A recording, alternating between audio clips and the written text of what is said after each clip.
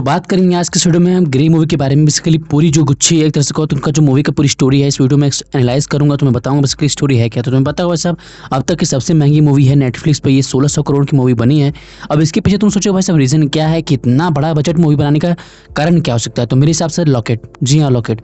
Basically तुम movie देखोगे भाई साहब ना, तुम्हें पता चलेगा भाई साहब कि मूवी की पूरी स्टोरी जो घूम रही है अराउंड एक लॉकेट के पीछे घूम रही है। बेसिकली लॉकेट में एक चिप है और चिप में डिटेल्स है। अब तुम ये मत सोचना कि कुछ और चिप में है, बिल्कुल नहीं। चिप में डिटेल्स है। डिटेल्स किसके अराउंड है? डिटेल भैया वहाँ के CIA एजेंट के चीफ का डिटेल्स है, जो कि उन सभी लोगों को लीड कर रहा है। CIA बेसिकली इंडिया में जैसे रॉ है ना, तो सीक्रेट एजेंसीज हर कंट्री में होती है। जैसे कि अमेरिका में CIA है, तो वहाँ के बंदों को हायर करती हैं जो कि बहुत सीक्रेट होते हैं, जैसे हमारे यहाँ इंडिया में रॉ है। तो बात करेंगे इसी मूवी के बारे में, तो पूरी कुछ चीज़ सुलझाएंगे इस वीडियो में, तो वीडियो पूरा देखना भाई साहब। तो स्टार्ट करते हैं मूवी की स्टोरी के बारे में। देखो भाई साहब, इतना बड़ा बजट लेकर मूवी बनाना बहुत बड़ी भाई साहब बात है। और ऐसा नहीं कि सारा चीज़ इन्होंने एक्टर्स में ही बांट दिया है, नहीं, इसके डायरेक्टर्स भी बहुत महान है, क्योंकि जो डायरेक्टर्स ने इस मूवी को डायरेक्ट किया है वो कोई आम बंदे नहीं है। वो सोचो साक्षात दूसरे ब्रह्म से आए हैं भाई साहब। जिस डायरेक्टर ने इन सब मूवी को डायरेक्ट किया है ना भाई साहब, तुम जानकर हैरान हो भाई साहब कि उन्होंने क्या क्या मूवी डायरेक्ट किया है। बेसिकली मार्वल्स की जितनी तुमने मूवी देखी है, एवेंजर्स देखी है, इंडिया गेम देखी है, इन्फिनिटी वॉर देखी है, उन सारे मूवीज़ को डायरेक्ट किया है इन्हीं दोनों डायरेक्टर्स ने। बिल्कुल कहो तो जय और वीरू ने। तो जाहिर सी बात है भाई साहब, ना ही बेसिकली एक्टर्स महंगे बिके इस मूवी में, बल्कि डायरेक्टर ने भी अच्छा खासा मोटा पैसा लिया होगा भाई प्रोड्यूसर से।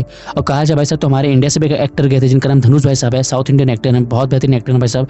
इनका भी मूवी में तुम्हें रोल बताऊंगा भाई साहब, इनका रोल बेसिकली है क्या। तो बात करते हैं पहले मूवी की स्टोरी के बारे में। देखो भाई साहब, CIA जो है वहाँ के बंदों को हायर करती है जो कि बेसिकली अपनी लाइफ में क्रिमिनल होते हैं, वो जेल में होते हैं, उनसे अपना काम कराना होता है भाई साहब। सेपरेटली कर किसी को मरवाना है, जैसे कि किसी को भी, तो वो लोग अपने मेंबर्स को ना भेजकर बल्कि इन मास्टर लोगों को भेजते हैं, इनका नाम चेंज कर इनका आइडेंटिटी चेंज कर। तो बेसिकली इसमें पहले इंसान जो घुसते हैं बेसिकली इनको चुना जाता है, उनका नाम होता है रियान गॉसलिंग, रियल नेम है उनका।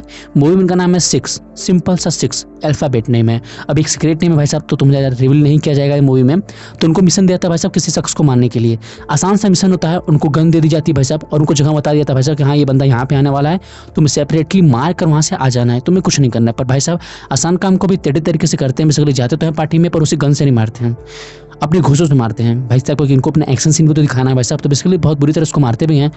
पर इन्होंने ये एक्सपेक्ट नहीं किया होता भाई साहब, जो उनके सामने मर रहा है वो और कोई नहीं बल्कि उनकी तरह कभी एक एजेंट था, उसका नाम 4 था, जो कि CIA के लिए कभी काम किया था। उनको पता नहीं था भाई साहब कि बंदा वही है जो कि कभी हमारी तरह, मेरी तरह ऐसे टीम मेंबर्स के लिए काम करता था CIA के लिए। पर ऐसा क्या कारण बन गया भाई साहब कि उसे मरवाने के लिए CIA ने मुझे पैसे दिए, बेसिकली मुझे हायर किया। ये रीज़न जानना भी नहीं था 6 को, उससे पहले उसने लॉकेट दिया, बोला भाई साहब ये लॉकेट मेरी तरफ से तुम्हारे लिए तोहफा। तो शुरुआत में तो 6 कहता है, बोलता मुझे ज़रूरत इस बात की नहीं है, मुझे मिशन करने को कहा गया था, मैंने मिशन खत्म कर दिया, वापस मैं जा रहा हूँ। तो कहता है नहीं ठीक है इसे रख लो, इसकी अहमियत तुम्हें बाद में पता चलेगी। अब देखो भाई साहब, यहीं से मेन प्रॉब्लम मूवी की स्टार्ट होना शुरू हो जाती है। बेसिकली देखो, उसने जो इसे लॉकेट दिया ना भाई साहब, वही लॉकेट पूरी मूवी की फसाद का जड़ है। बेसिकली देखा जाए तो जो CIA इसे हायर की थी उसे मारने के लिए, अब पूरी CIA और उसका चीफ जो है अब पीछे पड़ गया है, किसके 6 के पीछे पड़ गया है, ताकि उसे वो लॉकेट वापस कर दे। पता कैसे चलता है भाई साहब? पता इसलिए चलता है भाई साहब कि जब उस बॉडी की चेकअप होता है तो उसे उनके पास से उसे कुछ नहीं मिलता, बल्कि वो बंदा वहाँ पर आया था उसी चिप की डीलिंग करने के लिए, ब्लैक मार्केट में सेल करने के लिए उसी लॉकेट को। उस लॉकेट में चिप होती है जिसमें डिटेल्स होती हैं, किसकी डिटेल्स होती हैं? वहाँ के चीफ की, बेसिकली CIA की चीफ की डिटेल्स होती हैं, उसकी काली करतूतें होती हैं। तो उसको सेल करने आया था ब्लैक मार्केट में, पर वो भाई साहब डील तो हो नहीं पाया क्योंकि उसको मार दिया गया 6 के द्वारा। तो 6 देखते हैं भाई साहब उसको अभी तक पता नहीं इसमें क्या है, तो कहीं ना कहीं उस चीज़ को छुपा देता है और अपनी बाकी ज़िंदगी बच के रहता है CIA से। क्योंकि समझ में आ गया था भाई साहब कि CIA जो है मेरे पीछे पड़ गई है। उसको देने से पहले उस जानना चाहता भाई साहब इसमें है क्या, तो उसके लिए ही पूरी CIA की टीम उसके पीछे लग जाती है भाई साहब।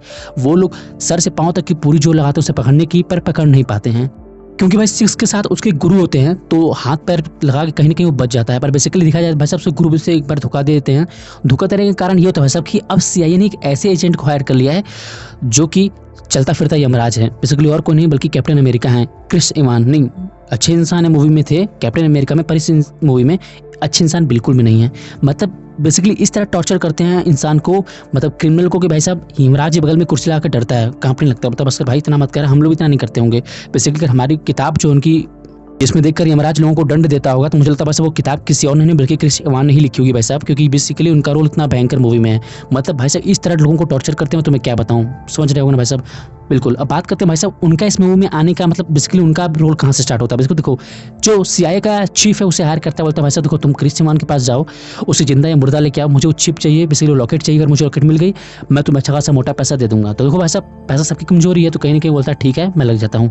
ऐसा नहीं कि वो जो क्रिस इवान है अपनी जान नहीं लगाता है, पूरी जान लगाता है भाई साहब। बेसिकली कई बार तो लोगों को आमना सामना भी होता है, और ऐसा नहीं कि उसके हाथ में नहीं आता है, हाथ में आते आते भाई साहब बच जाता है, क्योंकि शख्स की मदद करती है उसकी एक और टीम मेंबर जिसका नाम होता है एनआरडी। बेसिकली वो भी ऐसे ही सीआईए के लिए काम कर रही होती है, पर उसके ऊपर इल्जाम लग चुका है भाई साहब कि उसने अभी तक सिक्स की मदद की है, पर रियलिटी में उसने अभी तक मदद नहीं की होती है। तो देखती है भाई साहब अगर उस पर इल्जाम लग ही रहा है तो कहीं ना कहीं मैं उसकी मदद कर ही लूँ, तो कहीं ना कहीं मदद करती है उसे बचाने की, काफ़ी मदद कोशिश करती है, बचा भी लेती है कहीं ना कहीं बात की जाए तो। अब बात करें भाई साहब कि उसकी जान तो बच चुकी है, अब वो जाता है किसी और एक लेडी के पास, इस ओल्ड लेडी होती है जिसके पास वो चिप होता है, उनसे वो चिप लेता है और निकलता है।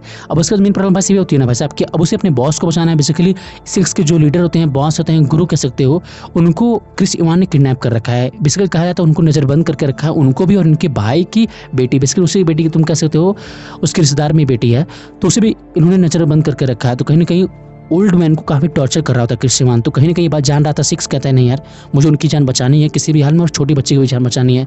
तो अब यहाँ से मिशन ये है भाई साहब। पर अब यहीं पर मूवी में एंट्री होती है हमारे धनुष भाई साहब की।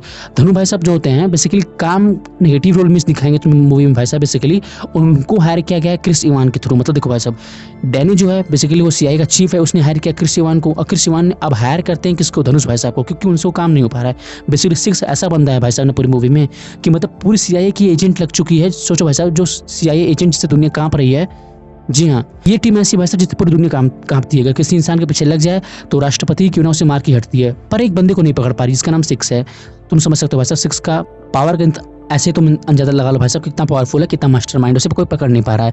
उसे पकड़ने के लिए अब हायर किया गया धनुष भाई साहब को, जो कि बेसिकली मूवी में भी कहा गया है कि वो इंडिया से हैं, तो काफ़ी प्राउड की बात है भाई साहब। तो आते हैं मूवी में और एक हम चुटकियों में कर लेते हैं। ऐसा नहीं कि फाइट नहीं होती, फाइट तो दोनों में बराबर होती है, एनआरडी भी होती है और हमारे रोजलिंग यानी कि जो हीरो है सिक्स वो भी होते हैं, दोनों में अच्छी खासी फाइट देते हैं हमारे धनुष भाई साहब को। पर तुम जानते हो भाई साहब साउथ का बंदा है, बेहतरीन मारता है, तुम उसकी मूवी देखोगे भाई साहब धनुष सर की, बहुत बुरी तरह मारते हैं भाई साहब। तो कहीं ना कहीं दोनों लोग अकेले हैंडल कर लेते हैं और उनसे कहीं ना कहीं लॉकेट ले लेते हैं। मतलब जो पूरी टीम नहीं कर पा रहे थे वो अकेला धनुष भाई साहब ने कर लिया है, और जाते हैं वापस वो लॉकेट दे देते हैं किसको, क्रिस इवान को दे देते हैं लॉकेट। बोलते हैं भाई साहब तुम ये संभाल लो, मेरा पैसा वापस करो। बेसिकली दिखाया तो उसको पैसा भी नहीं दिया भाई मूवी में, धनुष भाई से काम भी करा लिया, उनको पैसा भी नहीं दिया। बेसिकली मूवी में भी दिखाया गया है कि उनको पैसा नहीं मिला, क्योंकि पैसा देने से पहले वहाँ पर अटैक हो जाता है किसका, हमारे सिक्स का, और उनके साथ जो एनआरडी है उनकी पार्टनर, उनका अटैक हो जाता है। क्योंकि भाई साहब उसी घर में इन्होंने उनके गुरु यानी बॉस को भी किडनैप कर रखा है और उनकी बेटी को भी किडनैप कर रखा है। तो उसको बचाने के लिए अब उनके ज़िंदगी का एक ही मकसद है भाई साहब, किसी भी हाल में चिप तो हाथ से चला गया, अब मुझे दो जान बचानी है, बेसिकली अपनी गुरु की और उनकी बेटी की। तो कहीं ना कहीं वो बहुत बड़ी बिल्डिंग होती है जहाँ पर लोग किसी तरह घुसते हैं, और यहाँ से पूरी फाइट का सीनेरियो है, मतलब पूरा ही फाइट चल रहा है। और कहीं ना कहीं एक सीन तुम्हें बताना भूल गया भाई साहब, जो मूवी में मुझे लगता है भाई साहब बहुत खर्चा किया गया होगा। एक फाइट सीन है भाई साहब जहाँ पर क्रिस इवान यानी सिक्स जो हैं, सिक्स है उनको क्रिस इवान पकड़ने के लिए अपनी पूरी टीम भेजते हैं। मतलब एक से एक भयंकर भाई साहब, मुझे लग रहा था भाई साहब उनसे हैवी शूटर कोई होगा नहीं दुनिया में भाई साहब, जिस हिसाब से सीन को डायरेक्ट किया गया। मतलब भाई साहब उस देश की पुलिस भी आ रही है, और यहाँ सीआईए जो कि अमेरिका की खुफिया एजेंसी है उसके टीम मेंबर्स वहाँ की पुलिस को भी मार रहे हैं और सिक्स को भी मारना चाह रहे हैं। बेसिकली बहुत भयंकर लड़ाई होती है, और मुझे लगता है भाई साहब मूवी का मेन बजट यहीं से निकला होगा, बेसिकली यहाँ खर्च हुआ होगा, क्योंकि भाई बहुत बुरी मतलब सीन था। मतलब भाई साहब इतनी गाड़ियाँ यहाँ पे लड़ी हैं, कितने रोहित शेट्टी जी अपने इतिहास में जितनी गाड़ियाँ लड़ाए होंगे बेसिकली, मतलब नहीं उड़ाए होंगे उतना, तो भाई इस सीन में सिर्फ गाड़ियाँ उड़ गई। मतलब बहुत ही भयंकर सीन एक तरह से कहो तो यार। भाई साहब मेन पॉइंट पे क्या वो उस घर में घुस पाते हैं, बेसिकली उस घर में घुस जाते हैं और अच्छी खासी फाइट लेते हैं। कौन, सिक्स भाई साहब और उनकी जो पार्टनर है एनआरडी जो है। और बेसिकली एक सीन में से दिखाया था भाई साहब कि जो अपने गुरु यानी कि जो बॉस उनकी जान बचा लिए होते हैं, जो कि ओल्ड होते हैं, और उनकी बेटी की भी, पर उनकी गुरु को कहीं ना कहीं गोली लग जाती है, तो अपना जान छोड़ते बोलते हैं बेटा इस बेटी को यहाँ से ले जाओ, बाकी मेरा समय तो आ गया, वैसे भी मैं एक दो महीना बाद मरूँ या भी मरूँ बराबर ही है। और कहीं ना कहीं सोचते हैं कि चलो तुमसे ले जाओ, मैं उनका ध्यान भटकाता, तो कहीं ना कहीं उनकी मौत तो हो जाती है। पर बात करें भाई साहब उस छोटी बेटी के बारे में, तो उसको कहीं ना कहीं क्रिस इवान फिर से पकड़ लेता है, बेसिकली अरेस्ट कर लेता है, जिसका तो यार फिर पकड़ लेता है, और कहीं ना कहीं फिर बोलता है भाई साहब चलो आओ दो हाथ करें, किसके बीच में, क्रिस इवान के बीच में और सिक्स के बीच में। अब पर्सनली बताऊं भाई साहब ना, बॉडी फिगर जो है क्रिस इवान की अच्छी लग रही है, नो डाउट, सिक्स की उतनी है नहीं, पर सिक्स भाई साहब भाई हो सकता मूवी की स्क्रिप्ट में हो, मार खाना हो या मारना हो, तो कहीं ना कहीं क्रिस इवान मार खा जाते हैं, ऐसा नहीं मारते हैं, पर देखो भाई स्क्रिप्ट के अनुसार ही सबको काम करना पड़ता है, तो कहीं ना कहीं सिक्स भारी पड़ते हैं किस पे, क्रिस इवान पे। पर रियलिटी मुझे लगता नहीं वैसा हो पाएगा। क्रिस इवान को जान रहे हो भाई साहब ना, इतना भयंकर बॉडी भाई फिगर बना के रखा है, पर भी उसको मराना था भाई, तो क्या कर सकते हैं। लेकिन भाई से मराता है, पर जान उसकी कौन लेता है, जान लेने वाली और कोई नहीं बल्कि जो डैनी जो होती है, यानी कि जो चीफ है CIA का, उसकी जो सेक्रेटरी होती है उसे ही मार देती है गोली। और ये क्या मारती है भाई साहब कि सुनो सिक्स, तुम्हें अपना करियर बचाना है, क्योंकि तुम एक क्रिमिनल हो, अगर यहाँ से तुम केस में और फंसे हो इसकी मौत के केस में तो लंबा अंदर जाओगे। वैसे तुम बाहर निकलोगे, तुम वैसे भी क्रिमिनल हो, तुमने काफ़ी मर्डर करके रखा है, तुम्हें सिर्फ एक टीम के लिए बाहर बुलाया गया था, एक कांड के लिए बुलाया गया था, तुमने कांड कर अपने ऊपर बहुत सारे कांड बढ़ा लिए हैं, तो कहीं ना कहीं तुम उसका मर्डर करोगे, तुम लंबा अंदर जाओगे। तुम उसका छोड़ दो, मैं से गोली मार रही हूँ, तुम मेरे साथ दो, मुझे तुम चिप और लॉकेट वापस कर दो, मैं तुम्हारी जान बचा लूंगी। और यहाँ पे हमारा भाई साहब सिक्स जो पिघल जाता है, सोचता है हाँ यार मैं किसी न किसी केस में वापस अंदर चला जाऊंगा और मुझे जेल में रहना नहीं है। मैं बेसिकली इसी कांड के लिए बाहर आया था, बेसिकली उसी मर्डर के लिए बाहर आया था जिसको उसने मारा था शुरुआत में, जिसका नाम होता है 4। तो कहता है भाई साहब ठीक है, उसे हाथ में लेता है, पर मूवी की एंडिंग तुम्हें समझ में नहीं आएगी भाई साहब, क्योंकि मुझे समझ में नहीं आई। इसे समझ में नहीं आई भाई साहब, क्योंकि इन्होंने उससे वादा किया था कि मैं तुम्हें आज़ाद छोड़ दूंगी, आज़ाद नहीं छोड़ती हैं। और उसकी जो बेटी होती है, यानी जो उसे गुरु होते हैं उनकी बेटी होती है, उसे भी कहीं ना कहीं लोग नज़रबंद करके रखते हैं। मूवी में ऐसा दिखाया गया। और जो लेडी होती है कहती है कि मैं कहीं ना कहीं डैनी को सज़ा दिलाऊंगी। बेसिकली जो चिप है, जो इन्फॉर्मेशन है जो कि वो डैनी के खिलाफ है, मैं और ऊपर वाले अपने सीनियर्स को दूंगी और इसे सस्पेंड कराऊंगी। पर ऐसा मूवी में होता नहीं भाई साहब। लास्ट वाले सीन में दिखाया था भाई साहब कि वो जाके चिप को डिस्ट्रॉय कर रहे थे, यानी डैनी जो है, जो CIA का फिर बेसिकली अभी चीफ है, वो उस चिप को डिस्ट्रॉय कर दे रहा है और अपने बॉस से कहता है भाई साहब कि हमने उसे पकड़ लिया है, यानी सिक्स को पकड़ लिया है और उसने ही पूरा कांड किया है, उसके पूरे सर के ऊपर सारा इल्ज़ाम लग गया है। तो ये तो गलत हुआ भाई साहब ना। देते हैं सिक्स में ये जो लेडी होती है और डैनी जो होते हैं मिलने जाते हैं सिक्स के पास, तो सिक्स वहाँ से गायब होता है बेसिकली हॉस्पिटल से। वो जाता है उसी लड़की को बचाने, जो छोटी डॉटर होती है उसे गुरु की, उसे बचाने जाता है, बेसिकली उससे बचा भी लेता है। तो मूवी की स्टोरी बेसिकली यहाँ पर खत्म हो रही है, पर ऐसा नहीं इसका सेकंड पार्ट नहीं निकलेगा, बिल्कुल निकलेगा भाई साहब, क्योंकि बेसिकली जो मूवी है नॉवल पे आधारित है, तो कहीं ना कहीं इसका पार्ट निकलेगा। तो हो सकता है वैसे सेकंड पार्ट में इसकी मूवी और अच्छे तुम समझ पाओगे। तो आई थिंक मैंने पूरा मूवी का सार तुम्हें क्लियर करवा दिया भाई साहब बेसिकली मूवी में है क्या। तो आई थिंक तुम्हें वीडियो अच्छा लगा भाई। अगर वीडियो अच्छा लगा भाई साहब प्लीज़ लाइक कर देना, चैनल सब्सक्राइब करना बिल्कुल मत भूलना। फिर मिलते हैं इंटरेस्टिंग वीडियो में, तब तक के लिए जय हिंद।